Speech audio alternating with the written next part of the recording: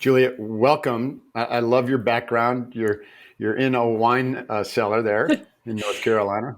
That's That's right. awesome. My husband's a sommelier. This is our work, our home office. So I get to have like a really neat background for this. Thanks for Yeah. having Are, me. are, are some of your husband's clients your clients? Hey, that would be unethical. but that is why I felt a little awkward, like having it as my background. I'm like, this is not your therapy. Let's talk about what is. That's But awesome. mindfully drinking a glass of wine, now that I can get behind. I can get behind that as well. Yeah. Wine's not the problem. It's the Exactly. relationship with it could be There the it problem. is. So really nice to meet you. I like to kind of like ask guests really what their origin story is. Like where did you grow up? What were your parents like, and how did they shape you, good, bad, or ugly, or indifferent? Um, I think it's fascinating, and as a therapist, how much one's origin story influences everything else, That's right. right? And I mean by origin stories, all that conditioning from the moment you pop out as a little cherub, through all your formative years, and just soaking up everything that happens from your parents and their views and how they treat each other, and then the traumas and big issues and challenges and breakthroughs of your life. So what were some of the key things in your life that shaped who you are today? Well, I love nothing more than a conversation that gets right to the vulnerable stuff right away. So thanks for Why? creating space for that because it gives other people permission to access that too and Right. to relate to certain things. So that's my mission as well. Yeah, so I am born and raised in Pinehurst, North Carolina. So I'm a golfer, which is the first question I always get. You got to do that if you're from there. Mm, And I am the youngest of three and the only girl. So inherently, there comes some stuff just from birth order and being the baby girl and all of that. And my older brothers are pretty significantly older than me. So in some ways, I was almost raised as an only child. Um, mm, but yeah, I have just like most people, a complicated background, a family of origin that was doing the best they could. But I experienced trauma as a young kiddo. Went to my first therapist at age 8, and wow. pretty much knew at that point that that's what I wanted to do with my life. Which sounds kind of cliche, but I think that's kind of part of my thing is that I've been on both sides of the couch now for a really long time, and it's been incredibly valuable in my life. So to be able to walk in other people's stories and have that give that gift to them too is now the most rewarding thing for me. But that trauma looked like childhood sex abuse. Um, Okay. it looked like some other family things that still aren't out in the open, so it's not really my story to tell, but that Uh-huh. I had to navigate, and that framed and continues to frame in a lot of ways my self-concept. And so I've always been somebody with anxiety, um, and like I said, really, I continue to work hard to not over-identify with that label and to see Right. my anxiety as a superpower now, but I've not always seen it that way. And then I experienced actually a few other. So sexual trauma is most of my um, traumatic background. I was raped when I was in college, Mm.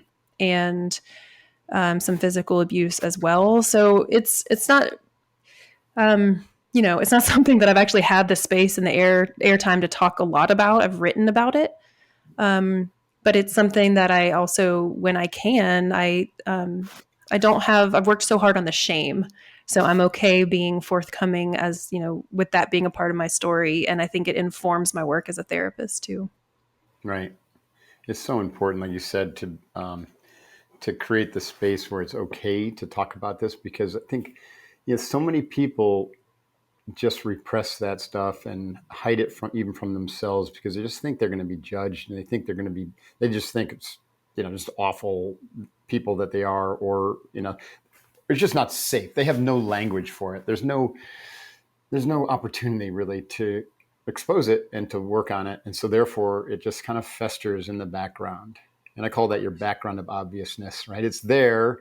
It can be obvious to others who love you, right? This is why relations are such a great opportunity to do emotional development, right? Mm-hmm. But it's also a great source of friction and exasperation when you have that unresolved and kind of hidden trauma that Mm-hmm. one member of the relationship just won't go there. Right.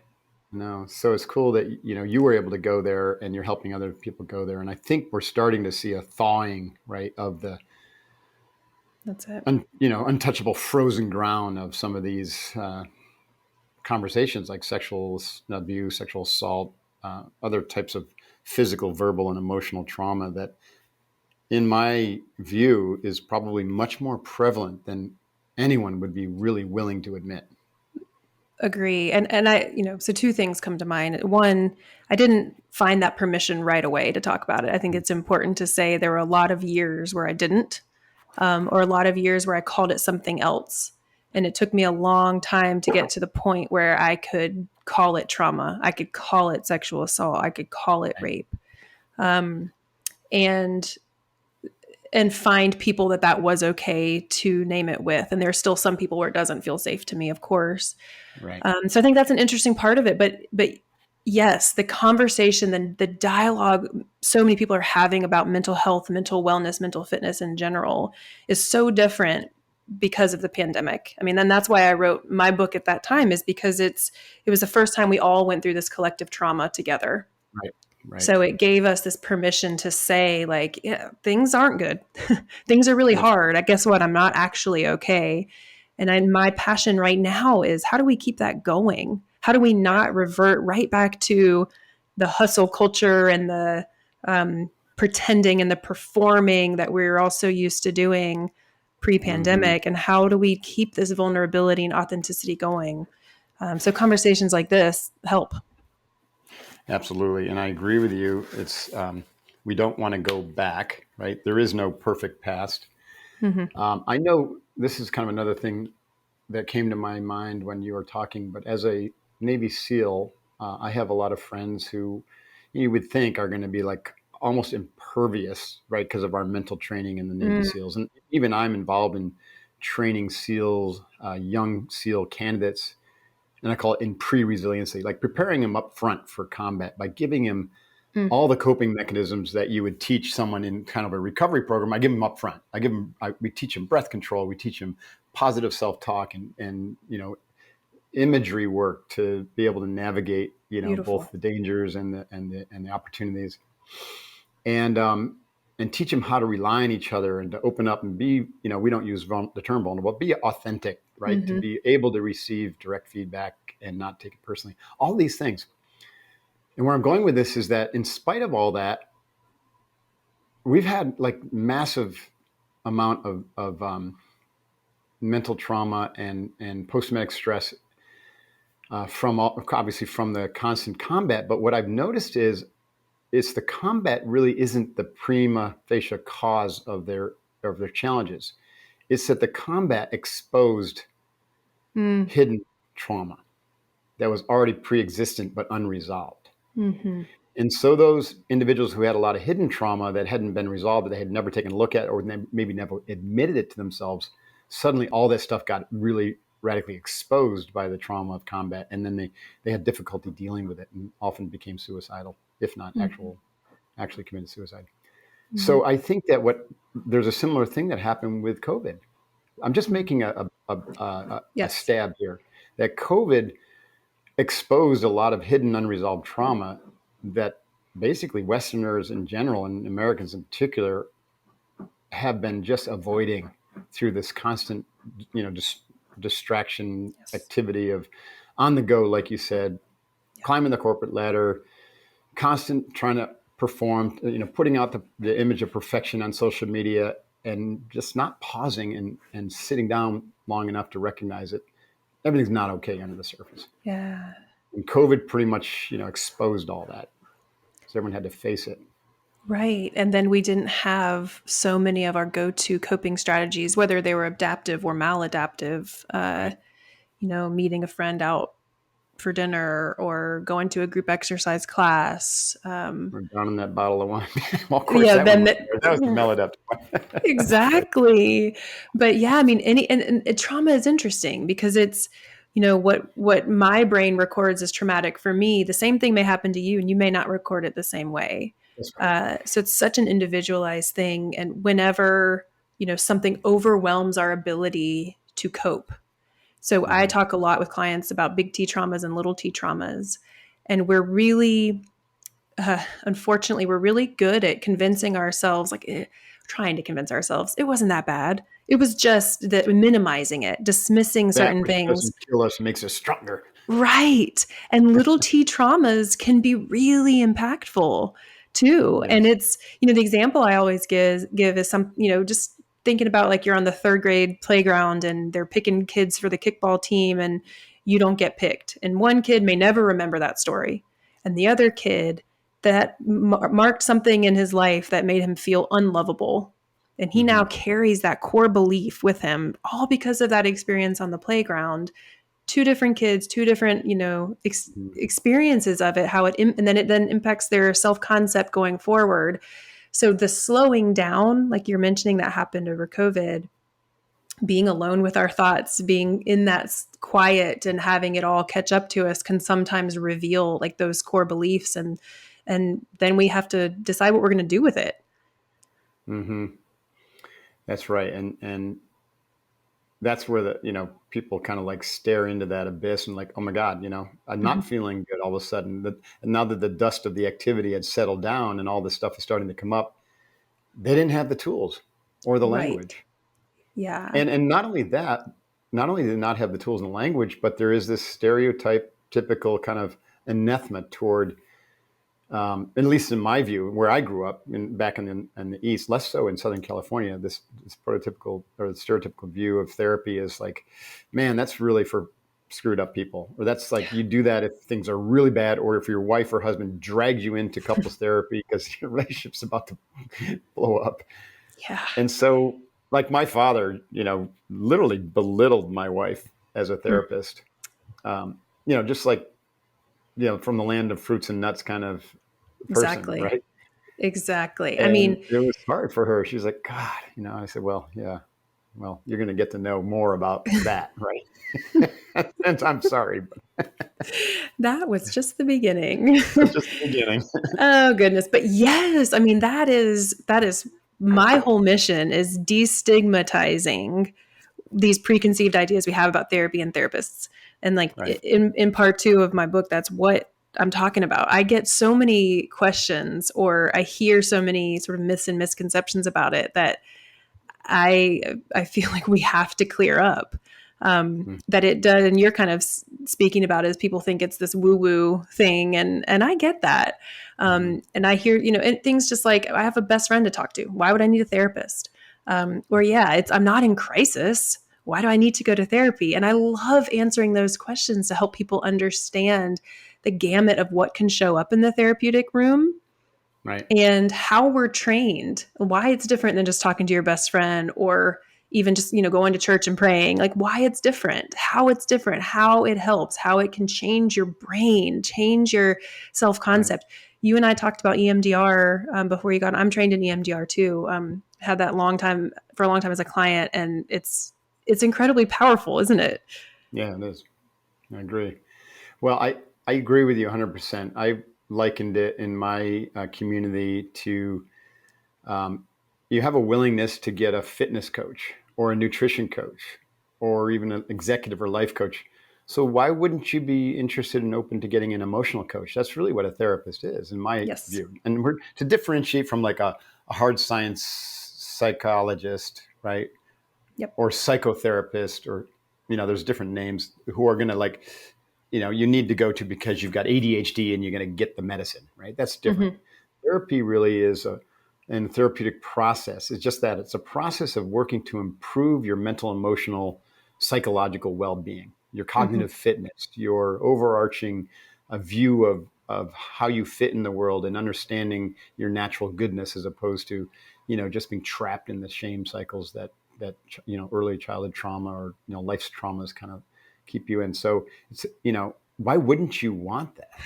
And I keep exposing, especially my male clients, like, why wouldn't you want this? Yeah. Because here's what I tell them also, and this probably be interesting to get your take on this, but I view I view all of life as training and conditioning. Mm-hmm. And so if you don't take responsibility for training and conditioning your own mind and emotions, and to me they're the same thing, then they're being trained and conditioned by somebody else. Right? They've already been conditioned from your childhood, so you can't like go back and do that over, but you can in your mind with EMDR and retrospective visualization and hypnotherapy go back and change how you relate to those traumatizing events and change the stories around them. And you can set up the conditions so that, or set up your mind so that nobody can damage you again. Mm. Right? Nobody can damage you again. So I think that's extraordinarily valuable. It is actually, to me, it's the missing developmental link. It's what we all need in order to move on to the next stage of our development as human beings. It's this opening of the heart and this emotional awareness, this emotional depth. Yeah, I mean, I of course think mental health is fundamental to all of it. That's right. And I talk about kind of the trifecta of mental health, physical health, spiritual health, Mm-hmm. and how they all need to be tended to. And I, like you do with your community, talk so much about even kind of the spectrum of physical illness and when it's time to go to a doctor, Mm-hmm. and that mental health, is not all cancer and broken bones. Like Right. physically, that's not all physical health is. So when we're talking about mental health, you could also have this spectrum of then there is mental illness, which kind of Mm-hmm. invites a different part of the conversation where sometimes people don't have as much agency, that you're talking about. But for the most part, if we can get out ahead of uh, increasing our self awareness, understanding our emotional intelligence, understanding what that old narrative is we might be subscribing to, learning new tools to relate to our emotions differently, then Mm-hmm. yes, we have a better chance at recalibrating uh, when inevitable hardships happen. Because Right. that's the guarantee in life, is that they will. And it's how we respond to it, which I think is what you're saying too, is that we have more agency over that than we tend to think. I agree.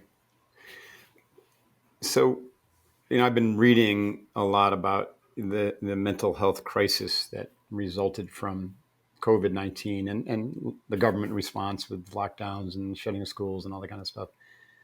But what is it, from your practitioner perspective and actually working with clients, like what are some of the big issues, if you could generalize? Mm-hmm. Because someone listening might be like, yeah, things don't really feel right, but I can't put my finger on it. Mm-hmm. Right. So what were some of the big issues and what are the pivot points where you've been able to help people? Yeah. I mean, of course, anxiety. Anxiety is the number one thing that came up and out for a lot of people. And of course, the foundation for anxiety is uncertainty. Right. So that makes sense. Um, and so the crux of COVID was everything feeling so out of our control. So Right. people were feeling so out of control and needing to grasp onto some sense of where are we going from here, and which is a very human need. To Mm-hmm. have some sort of playbook and what's going to happen, and nobody had that answer. So Mm-hmm. the number one thing we saw that was might have been mixed in with other things, of course, was anxiety. And Mm-hmm. I can speak to just the incredible amount, the increase in need for therapy during that time. I own a group practice, and it just you know blew up with the need, and which again is one part, is that's great, people were reaching out for help. But Mm-hmm. it really highlighted just how much everyone was struggling. And I also believe that we're still really just now experiencing the fallout for a lot of that group, especially teenagers, really just starting to understand what that isolation did to them, Mm-hmm. how it Yeah. impacted their social skills, how it impacted their emotional skills. And so we're now getting a lot more teenagers in particular that are experiencing depressive symptomology. Right. Um, so pivot points were helping people try to grasp some sense of control where they could, and to Mm-hmm. learn how to safely let go of control where they Mm-hmm. couldn't. which is hard for people. That's interesting. Pivot points were really honing in on, we talked about coping skills before, really honing in on what are adaptive coping skills that work for you.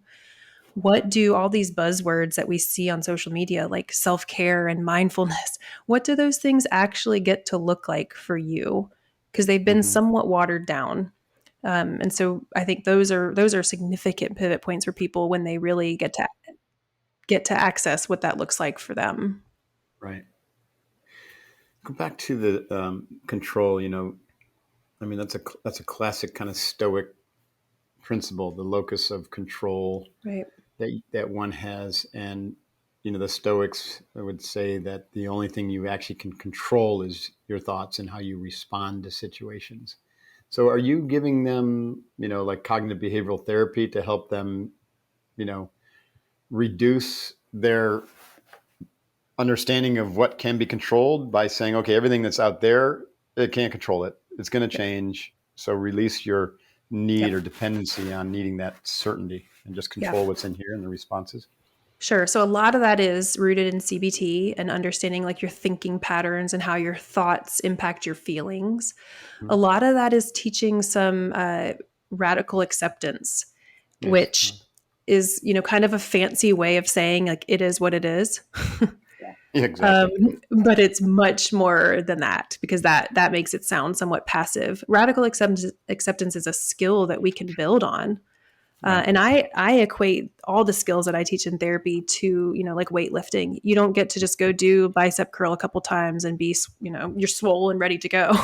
You have to keep practicing these Right. things. So radical acceptance is a dialectical behavioral therapy skill where you're really learning what it looks like to accept reality and to not fight the things that are out of your control, and what it looks like for you to not kind of carry things that don't belong to you, Right. and how to cope with the uncertainty of things. Right. That's an incredible practice. I mean, that's actually the cornerstone of a lot of spiritual practices as well, because radical acceptance of what is as it is, when it is, Mm-hmm. right, ultimately is one of the most powerful ways to be more present. And That's in the it. present moment, right, we suddenly realize that we do have control over what we need to, which is because right here, right now, here I am, and Yes. I'm doing okay. I'm still alive, right? I still got this body, Yes. and Yes. so it's an incredible practice, I think, just for both mental, emotional, and spiritual health and Yeah. adaptation. I mean, I think for for the number one thing with clients, really, if you had to say what are you doing with every client, is I'm telling them that I can't take away their angst and their issue, Right, you and I can't wouldn't fix want them. to. You I'm can't sorry. fix them, right? Right. Most people think they're going to go and then the therapist is going to try to fix them. And I think that you dispel that myth right now. You're not Yes. trying to fix people. You're trying to help them find their wholeness again, right? Yeah. Yeah. And it's interesting you say that, right? Because I think some people are looking for the fix, and then some people are intimidated by the fix, like that idea that someone's going to get in there and uncover things. And Right. it's not about any of that. It's about having someone collaboratively walking with you in your story toward healing or growth or balance or improved self awareness or improved relationships. And I don't want to take away your ability to feel your feelings. I don't want to take away your discomfort. What I want you to do, what I want you to learn is that you can tolerate it. Right. Because, like we said earlier, those things are inevitable. And the more we fight it, the worse they get, actually. So I often use the analogy of falling in quicksand. If you fall in quicksand, your inclination might be to kind of scramble, doggy paddle to the top and like kind of freak out. And that's going to make you sink versus you're actually supposed to just kind of take up space and lie still. And then you'll Right. rise to the top and sort of float on it. And I think relating to emotions is the same. Our Right. instinct might be to fight discomfort. I don't want to feel this. Of course I don't. So I'm going to fight against it. I'm going to tell myself to stop thinking or feeling this. And that's actually going to make it grow.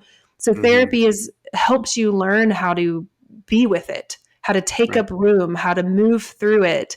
And in doing so, you relate to it differently and you learn to trust yourself in tolerating it. Right. There's been a fair amount of criticism aimed at talk therapy for that very reason, in that you're just constantly going back and rubbing your emotions over the coal of past traumas can actually reinforce that trauma and keep it alive. What is Mm. your feeling about that, and how do we avoid that? Yeah, I mean, I think a lot of it is having a trained licensed professional who is using, evidence-based approaches appropriately with you, because there can certainly be that risk of kind of digging into a certain narrative. And then our Mm-hmm. brain's tendency is, with confirmation bias, is to continue collecting evidence of, see, I knew I was unlovable. Right. And so if you don't have somebody who can help you recognize those thought patterns and truly help you understand what sort of sense your brain has made of a trauma so that you can unlearn that and Right. learn something new, then yes, it's kind of like, digging in deeper. Right. But when you have somebody who knows what they're doing and can help you do that well, you're literally wiring and creating new neural networks and healing Right. from it. Right. Brene Brown's work was so valuable because it helped people recognize that shame Mm-hmm. and guilt are ubiquitous. Let's just say, and to separate the incident from the person, right? To say, Mm-hmm. yeah, things happen, right? They happen to everybody, but because they happen doesn't make you a bad person. It's just something that Mm-hmm. happened. And Yeah. when you're a young individual, a young person, you don't necessarily have the skills or the context to be able to process negative things that happen or traumatic things that happen, and so you end up burying it, and then it shows up as shame and guilt later on. What is Yeah. your kind of approach to helping people with that deep trauma induced shame and guilt, Mm-hmm. and how do you feel from that? I mean, her work has just been incredible for all of us, helping us understand the research behind it and give the language to it. And I love so much how she talks about, guilt is I did something bad, shame is I am bad, and helping people make that distinction. And, the first thing that comes to mind when I think about my work with clients in that is how often we overlay hindsight on earlier stories and Mm-hmm. shame ourselves for it or have no self compassion for ourselves because, God, I should have known better.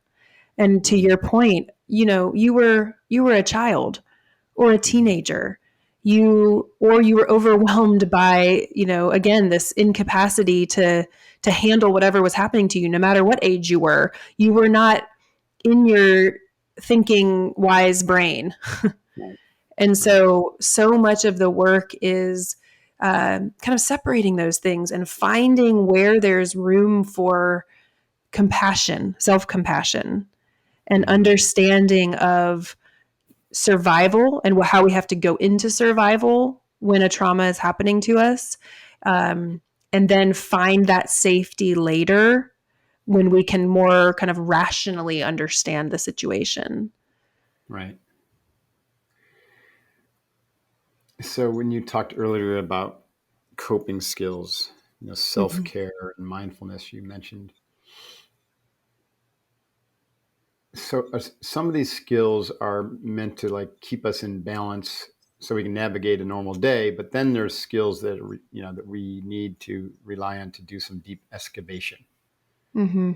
to go like literally go back and face that, and to recontextualize, or you could use different language depending upon the Yep. therapeutic process.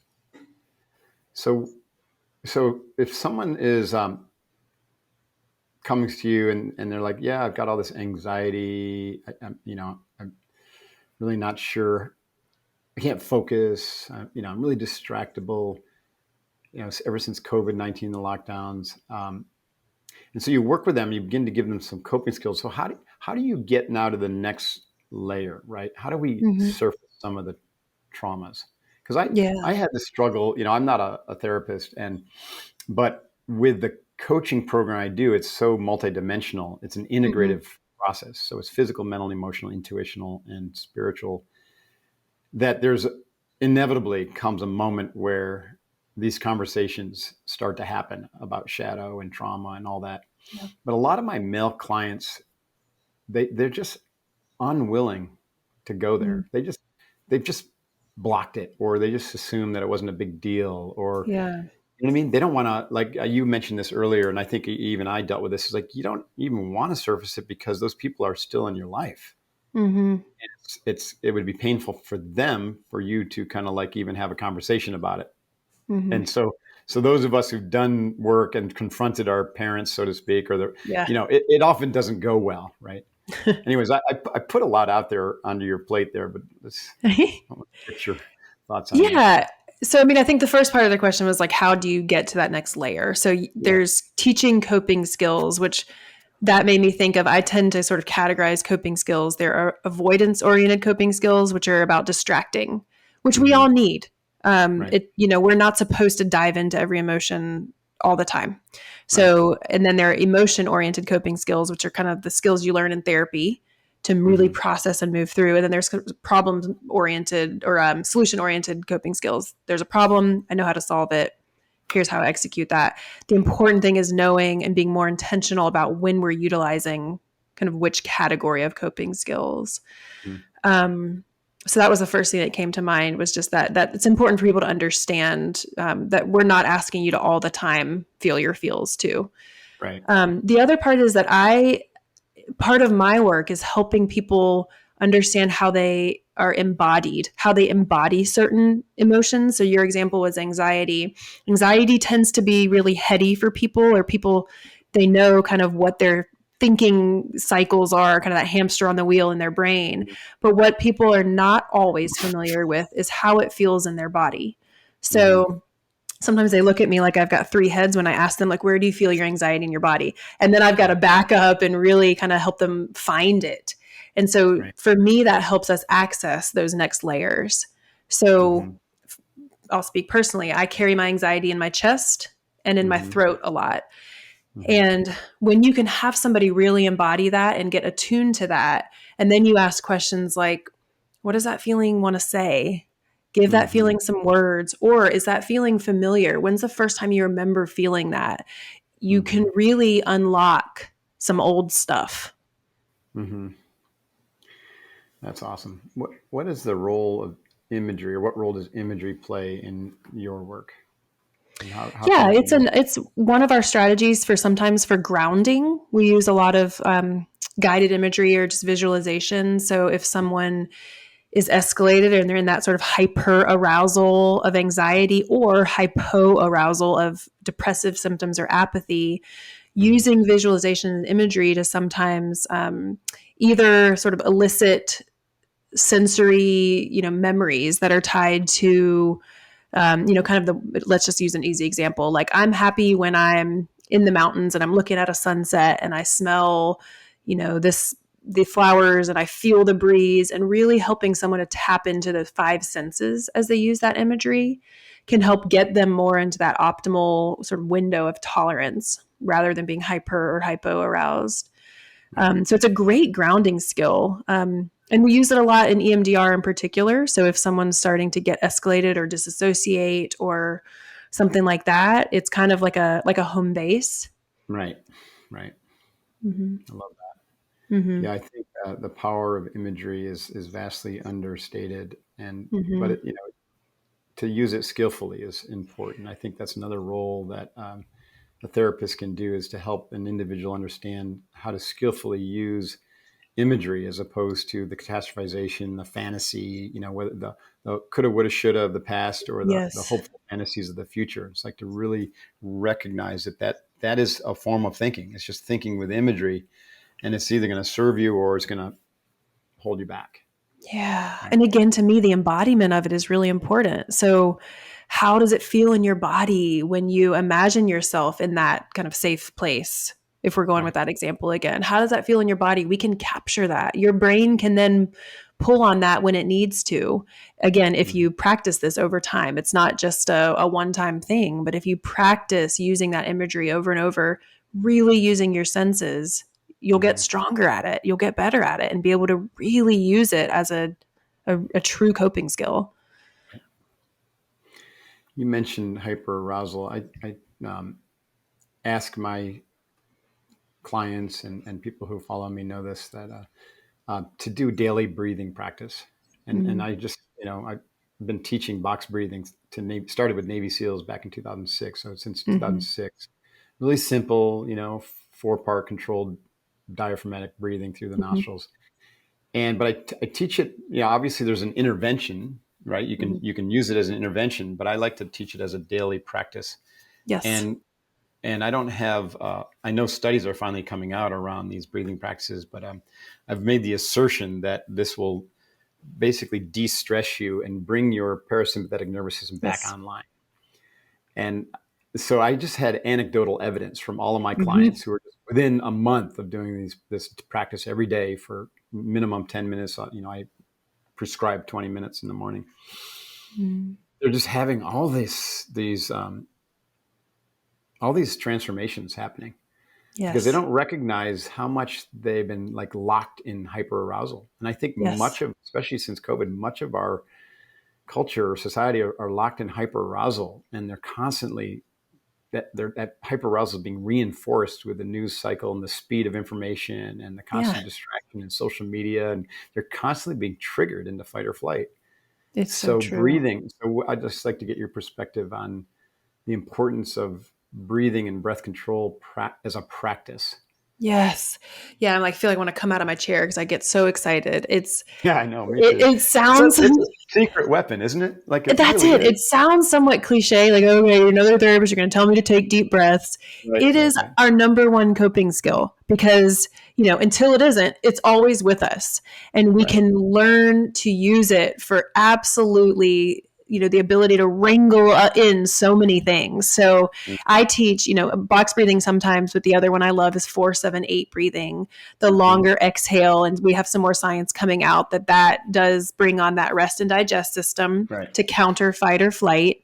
And so, yes, but I think what we're really saying is it needs to be a practice. Don't wait until you're like, oh my gosh, I'm so anxious about something and your throat's already tight and your breathing's already shallow and your body's already, ready to run or fight.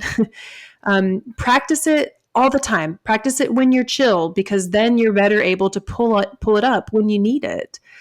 So right, it is the number one coping skill.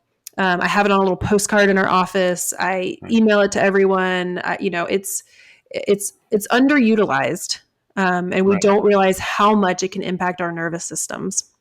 right. I agree with you, and I think it's foundational to all other skills. It's like step one.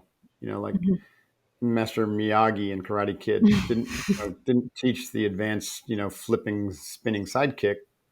Right? He said, "Go wax the car, wax on, wax off, or the Yeah, fence. Paint on, paint off." So that's like just go back to your breath, get yeah, your physiology back under control. It's the arousal control. And when your physiology is under control, guess what else is going to be under control?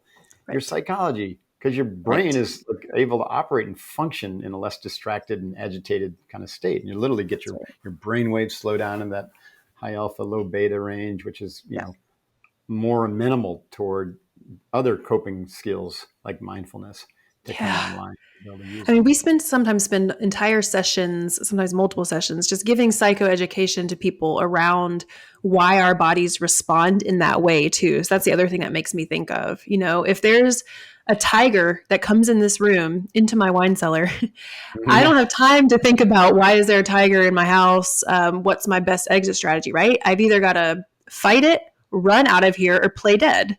And it's Yeah, amazing that our bodies are wired to do yeah, that instantaneously, and our muscles constrict, our heart rates increase, like all of those things to prepare us. And when we understand that, sometimes that can shift our relationship to our anxiety. Instead of being like, this is so annoying, I hate this, we can hmm, understand why our bodies do that, but then know that sometimes it's on high alert. And I do think in modern society it's just been cranked up even more. We perceive threats a lot more, but when you know why, and you can kind of pause and use your breath like we're talking about and soothe that physiology and be able to say to yourself, okay, this isn't an actual threat, right. because our bodies can't tell the difference between a tiger and just, public speaking. right. as an example. So being able to soothe it and say, when there's not a threat and I know how to calm myself and move through this, is really powerful. Right.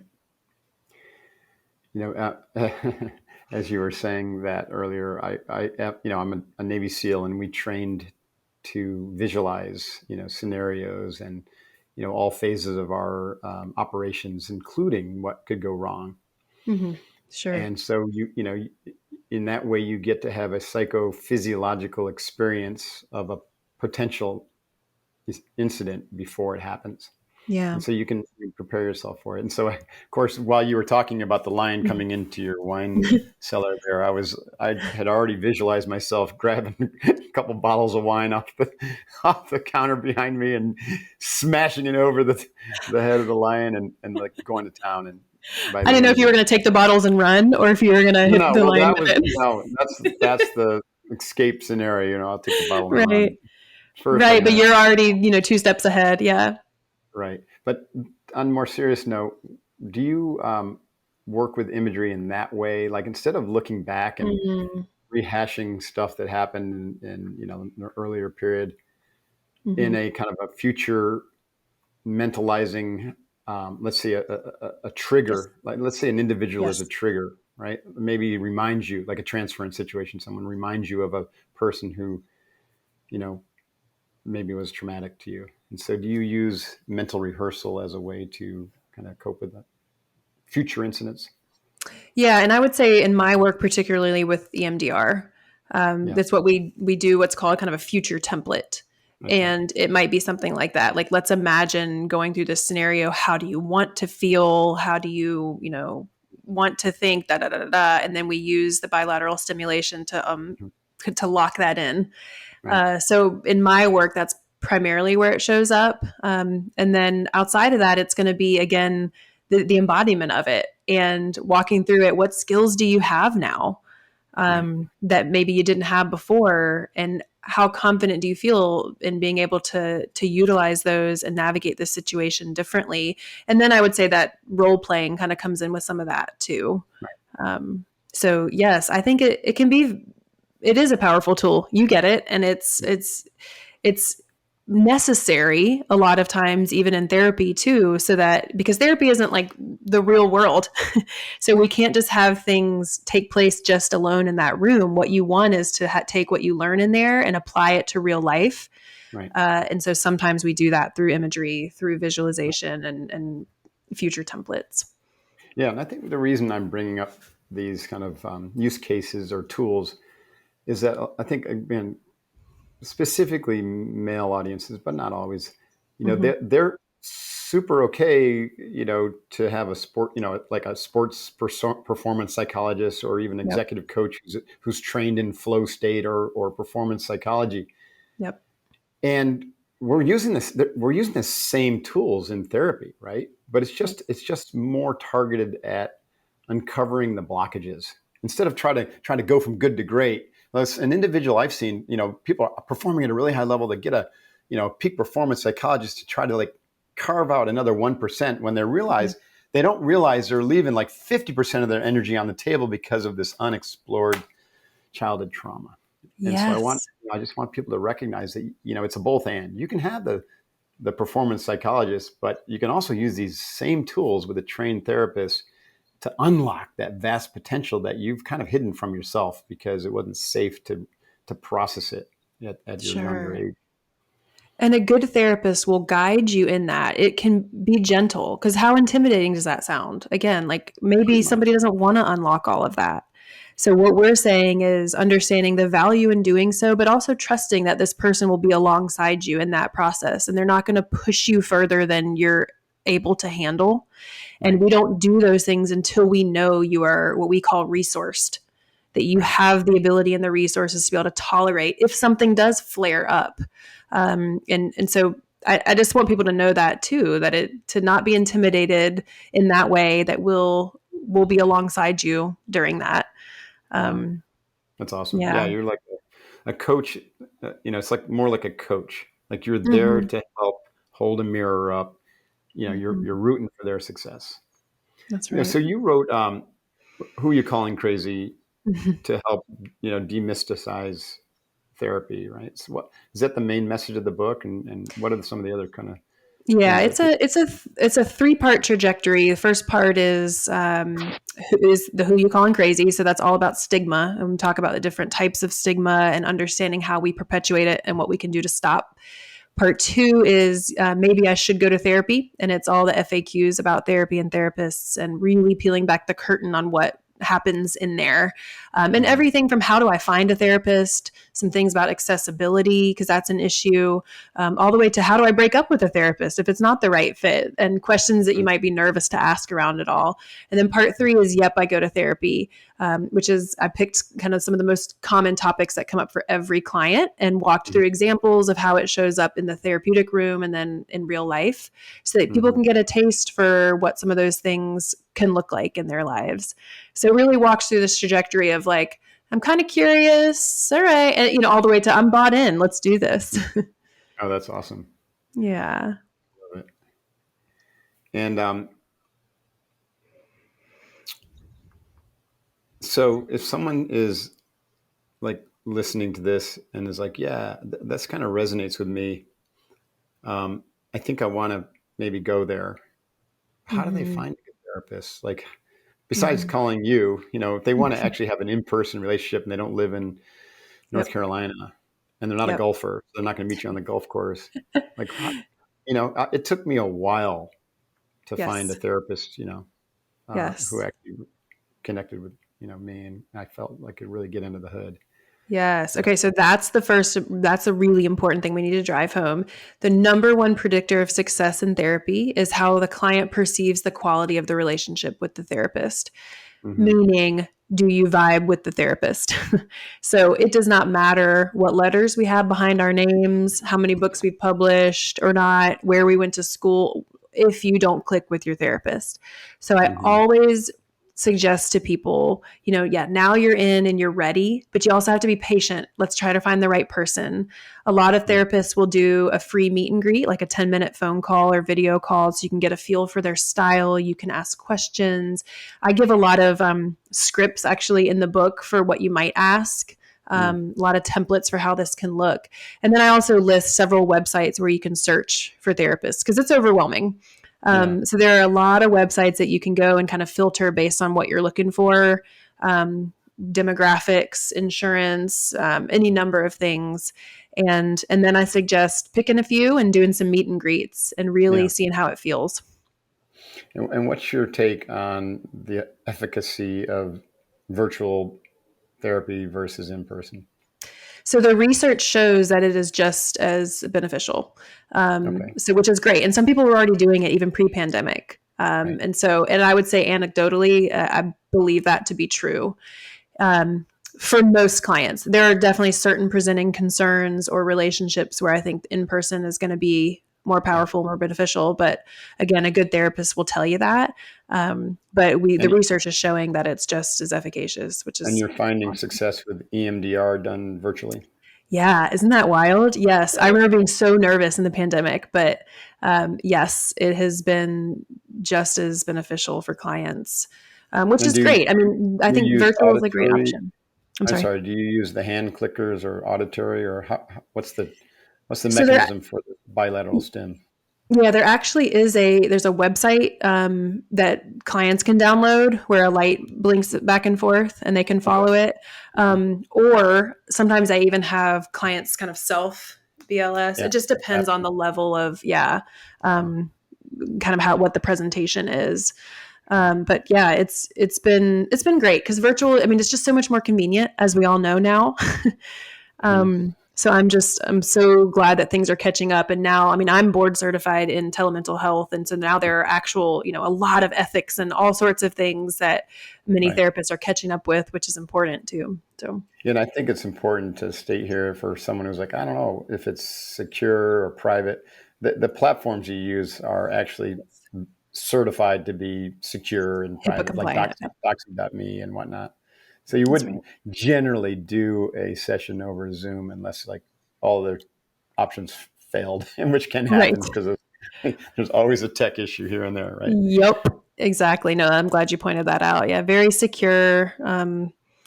confidentiality is a big piece of stigma, but so I talk about that a lot in the book too, like what our ethics are around all of that. Trying to peel back anything that might keep someone from accessing therapy. So it's one path to wellness, but it's one I believe wholeheartedly in. So I'm I glad to do as talk well. about it. Yeah. So who are you calling crazy?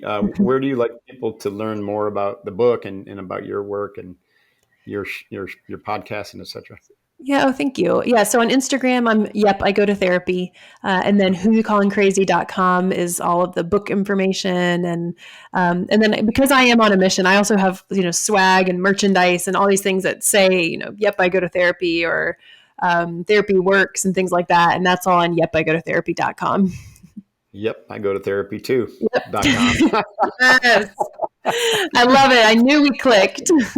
Awesome, Juliet. I really appreciate you and the work you're doing, and I hope folks, find yourself an emotional coach. If you don't have one, it's very useful. And Thanks for the conversation today. I appreciate your time. yeah, appreciate you as well. Take Yeah. care.